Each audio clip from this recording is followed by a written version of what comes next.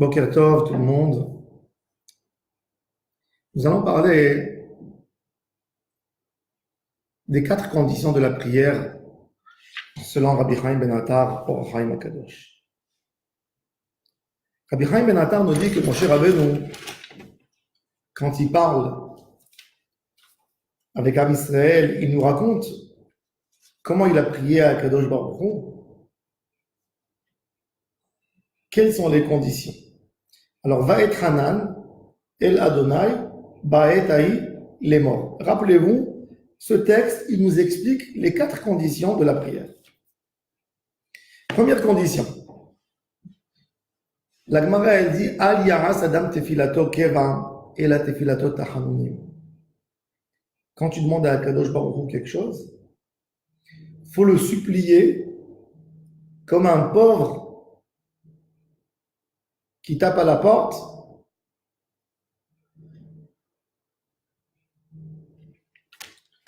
Il faut le supplier comme un pauvre qui tape à la porte.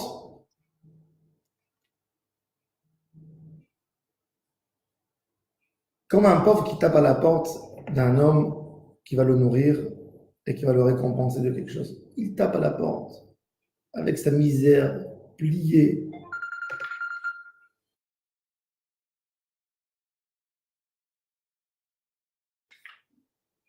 Il tape à la porte avec toute sa misère pliée, soumis à Hashem Yitbarach. Ça, c'est Vaetranan. Leitranen. Trina.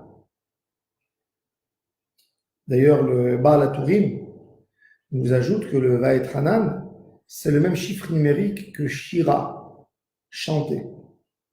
Moshe Rabbeinu, avant de faire la tefila, il chantait pour préparer le cœur pour la tefila.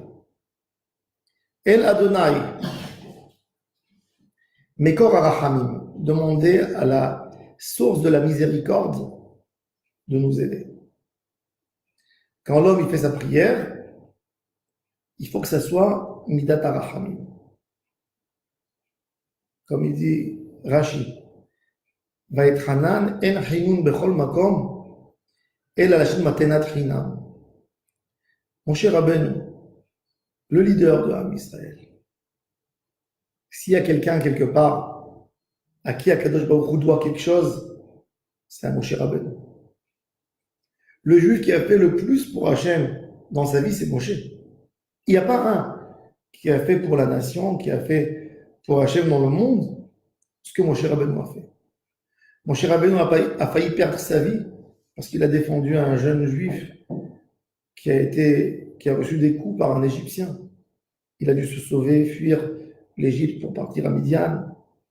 Ensuite, il quitte sa famille, il quitte son entourage pour Am Israël, pour les faire sortir d'Égypte. 40 ans du désert, quelle prière il a fait pour eux, pour ne pas qu'Akadosh Baruch Hu les punisse après la faute du Vaudor, après la faute des Meragélim, etc., etc. Il les a prouvés, il a prouvé le peuple juif. Et ce Moshe Rabbeinu, il demande à Akadosh Baruch Hu, donne-moi un cadeau. Vaetranan, Matenat Chinam. Tu ne me dois rien du tout, Hashem Yitbarach. Dans la vie de l'homme, il faut savoir qu'Akadosh Baruch Hu ne doit rien du tout. Ça, c'est la base de la tefila. Si tu commences ta tefila en pensant qu'Akadosh Baruch Hu te doit quelque chose, vaut mieux ne pas prier. Hashem Yitbarach te doit rien du tout. Aseh imanu tzedaka v'chesed lema'an shimcha v'oshienu. Que la tzedaka. Lecha Adonai tzedaka ve'lanu boshet hapanim. À toi Dieu la miséricorde et à nous la honte que malgré nos fautes, même quand on ne mérite rien du tout, tu nous donnes. El Adonai, ça c'est El Adonai Midat Arachamim, réveiller la miséricorde. Ba'et Haï. Chaque prière, elle a le temps exceptionnel pour être acceptée, pour être exaucée. Quelqu'un, il vient, il fait sa tefila Shachrit à 10h du matin. Comment veux-tu que ta tefila elle soit exaucée si ce n'est pas le moment de la tefila? Tu as tapé à la porte, après que le roi a distribué tout, tu viens, tu retapes à la porte pour l'embêter. Zman Tfila, surtout maintenant c'est les vacances. Les gens ont tendance à se lever tard, se réveiller tard, 8h, 9h, 10h du matin. Il faut savoir que chez le Baal Shem Tov, à Mejibouj, les gens ils disent que les chassidim ils se lèvent tard dans la tfila. Chez le Baal Shem Tov à Mejibouj, on fermait la synagogue après le Netz. Il n'y avait plus de tfila après le Netz. Plus de tfila après le Netz. Zman tfila, le Zman. Va'ani tefilati. Lecha Adonai et Ratzon. Je fais ma tfila dans les moments. Quand quelqu'un il passe le moment de la tfila, cette tfila, elle a perdu tout son charme. Mais c'est pas que le moment de la tfila. C'est comment faire la tfila. Et je vais expliquer maintenant. Alors regardez. Nous, on demande à Hashem Yitbarach, on a un but dans la tfila. On demande quelque chose. On demande une bracha, une bonne parnassa, une bonne santé. On commence la Hamida avec les louanges pour Hashem en rêve. Le seul texte de la tfila où on fait avec Kavana, c'est le texte qui parle de nos besoins. Barech Aleinu, Refaenu, Shema Kolenu. Et après tout le reste, tu passes. Comment veux-tu que ta tfila elle soit exaucée si tu es concentré qu'en toi? Tu ne fais pas de louange à Kadosh Baruch Hu. Je me rappelle, j'étais proche du Rav Yosef Zichron Livracha. Et une fois, il nous a parlé de tfila. Il nous a dit, je vais vous raconter une histoire, une petite histoire sympathique, mais vous allez comprendre comment il faut prier. Il y avait un père qui avait un enfant turbulent et arrogant, mais très gâté. Le père adorait son fils, mais le fils, il dérangeait tout le temps, il cassait, il bougeait. Bref. Un jour, le père devait faire un long voyage. Et quand il dit à sa femme qu'il va voyager, sa femme elle lui dit, mais tu vas me laisser ce petit démon à la maison, il va tout me casser, je ne peux pas avec lui. Quand tu es toi à la maison, on a un peu de contrôle sur lui. Et le père appelle son fils, il lui dit, mon fils, je voyageais, je vais faire un long voyage. Écoute, si tu te comportes bien, je vais t'acheter un très beau cadeau. Un très beau cadeau. Si tu te comportes mal, pas seulement tu n'auras pas le cadeau, tu auras une punition quand je reviendrai. Et l'enfant qui embrasse son papa, bien sûr, merci, merci. Bon, le père voyage. Et après quelques jours, le fils, il entend la mère qui parle avec le père au téléphone et il comprend de la conversation que le père lui a acheté le cadeau. Le lendemain, il a commencé à déranger, à casser tout. C'était turbulent. Quand le père est revenu, sa femme le reçoit. Le fils avait très très peur. Le jour que le père va revenir, il a dérangé sa maman. Il sait qu'il va payer le prix. Donc, dès que le père il rentre à la maison, il dit à la maman, alors, comment ça va? Elle lui dit, je te dis pas ce qu'il m'a fait. Et lui, qu'est-ce qu'il fait? Il se cache sous le lit pour ne pas que son père le punisse. Il attend. Et puis le père, déjà, il entend le père rigoler avec sa femme, lui raconter son voyage. Il va tout doucement, au bout du couloir, il regarde. Il voit que son père, déjà, il a pris la douche, il est avec son pyjama, il est détendu, assis sur le fauteuil tranquille. Et il court chez son père et il embrasse très fort. Papa, je t'aime. Et le père lui dit, qu'est-ce que tu m'aimes? Qu'est-ce que tu as fait à ta mère? Regarde ça. Et le fils dit, non, papa, je t'aime. Bon. Déjà, le père, il est calme. La mère, déjà, il s'est calmé. Et le fils qui dit à son père, papa, tu m'as acheté un cadeau.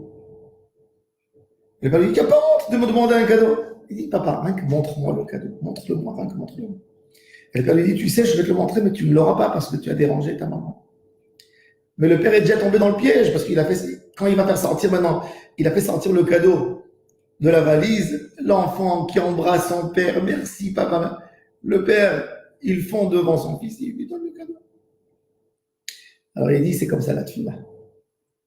Il y a quelqu'un, qu'est-ce qu'il fait? Il a fait beaucoup de Averot toute la journée. Qu'est-ce qu'il vient? Il vient, il dit à Kadosh Baruch Hu, donne-moi de la parnassa, guéris-moi. Qu'est-ce que je vais te donner? Tu as fait tellement de Averot, il y a les anges qui viennent raconter tout ce que tu as fait. Pas seulement tu n'auras pas, tu seras peut-être puni.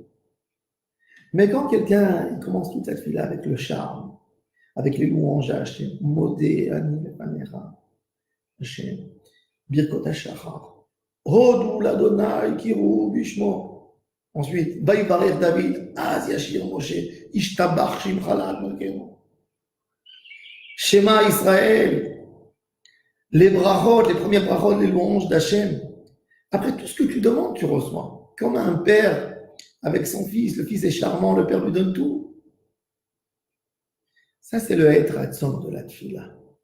De savoir quand demander et quoi demander. Il y a des gens qui arrivent en retard à la synagogue. Ils arrivent en retard, qu'est-ce qu'ils font? Ils font modé.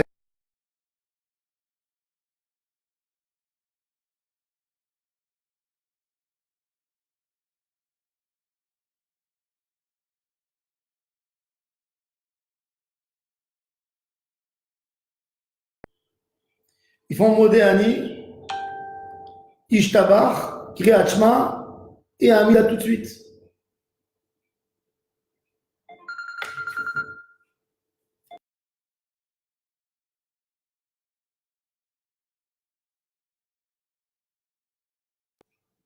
Ils sautent sur toute la base de la tefila. Qu'est-ce qu'ils font? Ils s'intéressent à ce qu'ils vont demander. La tefila pour eux est comme s'ils avaient une obligation, ils sont chargés de faire une mission et ils veulent s'en débarrasser. La tefila, tu ne dois jamais sentir que tu es chargé, que tu es obligé de faire la tefila. La tefila, c'est le plus grand moment de plaisir que tu vas t'asseoir sur le genou de ton papa. Il va t'enlacer, il va t'embrasser, tu vas le caresser, tu vas l'embrasser et tu vas lui dire que tu l'aimes. Ça, c'est la tefila. Ça, c'est Ba'et Ahi, Zman et Ratzon. Les morts, c'est quoi les morts? Explique le Ohr HaChaim HaKadosh, d'être clair dans ses paroles de la tefila. Le Ohr HaChaim amène le Midrash Rabbah dans Esther. Le Midrash raconte une histoire, regardez cette histoire. Il y avait un homme pieux qui marchait dans le désert et ses chaussures se sont abîmées. Il était pieds nus, ça lui faisait mal. Il dit à Hachem, donne-moi un âne. Donne-moi un âne. Mais il n'a pas précisé pourquoi il a besoin d'un âne. Et il y a eu un prince romain qui passait à côté avec son ânesse. Et l'ânesse, elle a mis bas un petit bourricot. Qu'est-ce qu'il a fait, le gouverneur, le prince romain? Il a pris le bourricot, il lui a dit, porte-le-moi, amène-le-moi derrière moi jusqu'en la ville. C'est-à-dire, c'est pas qu'il a eu un âne pour le chevaucher, c'est que l'âne l'a chevauché à lui, parce qu'il a mal demandé. Toujours quand on fait une prière, ça doit être détaillé jusqu'au dernier détail. Le Midrash nous dit qu'il aurait dû dire à Hachem, donne-moi un âne pour que je puisse le chevaucher pour pouvoir arriver chez moi à la maison facilement. Pourquoi? Parce que quand ta prière n'est pas précisée, c'est comme si tu mets Hachem, comme si c'est lui ton serviteur, c'est lui qui doit se casser la tête pour comprendre ce que tu lui demandes. Tu inverses le rôle. Quand quelqu'un il fait cette fille-là qui n'est pas détaillée et qui n'est pas précisée, qu'est-ce qu'il fait? C'est-à-dire qu'il considère Hachem comme quelqu'un qui travaille chez lui, qui doit comprendre à travers ses mots ce qu'il aime. Et c'est tout à fait le contraire. C'est toi qui demandes. C'est pas lui qui est censé te le donner. C'est toi qui demandes. Donc, cette fille-là, elle doit être bien détaillée. Parce qu'à la base, quelque part, on n'aurait même pas dû prier. Puisque Hachem connaît tous nos besoins. Mais Akadosh Baruch Hu veut que tu sois conscient de ce que tu demandes et qu'il te donne. On n'aurait pas dû prier, nous. Hachem connaît tous nos besoins. Mais malgré tout, Hachem nous a donné l'ordre de faire la tefila. Parce que Hachem Yitbarach veut que tu sois conscient qu'il te donne quelque chose. Donc, quand tu es conscient, il faut que tu précises tout, jusqu'au dernier détail. C'est ce qui est écrit. Le dernier mot, les morts. Alors on a, va être Hanan, supplier Hachem. El Adonai, demander de la miséricorde. Ba'etaï, accorder un bon moment pour la tfila. Les morts. Les morts, que notre prière elle soit bien précisée. Donc, toutes ces 4 bases magnifiques, elles sont écrites dans le premier verset de Parashat Vayetrana. Il y a une 5e chose qu'il faut demander dans la tfila et qu'il ne faut pas oublier, et c'est le passage qui suit tout de suite après. Adonai Elohim. Adonai Elohim, c'est dire qu'Akadosh Baruch Hu, c'est le maître de l'univers, et nous sommes tous ses serviteurs, et nous sommes là pour le servir. Un homme qui demande quelque chose à Hachem, si on veut annuler toutes les mauvaises langues des anges qui sont là pour rapporter sur nos fautes, il faut dire que tout ce qu'on demande, c'est pour Hachem, c'est pas pour nous. Je demande à Hachem une bonne parnassa pour pouvoir payer à mes enfants les meilleures études qu'ils peuvent étudier. Je demande à Hachem une bonne parnassa pour gâter ma femme, qu'elle soit toujours besimcha, qu'elle soit avec une joie à la maison. Je demande à Hachem une bonne parnassa pour avoir quelques moments libres dans la journée pour pouvoir étudier sa Torah, pour pouvoir bien faire ma tfila.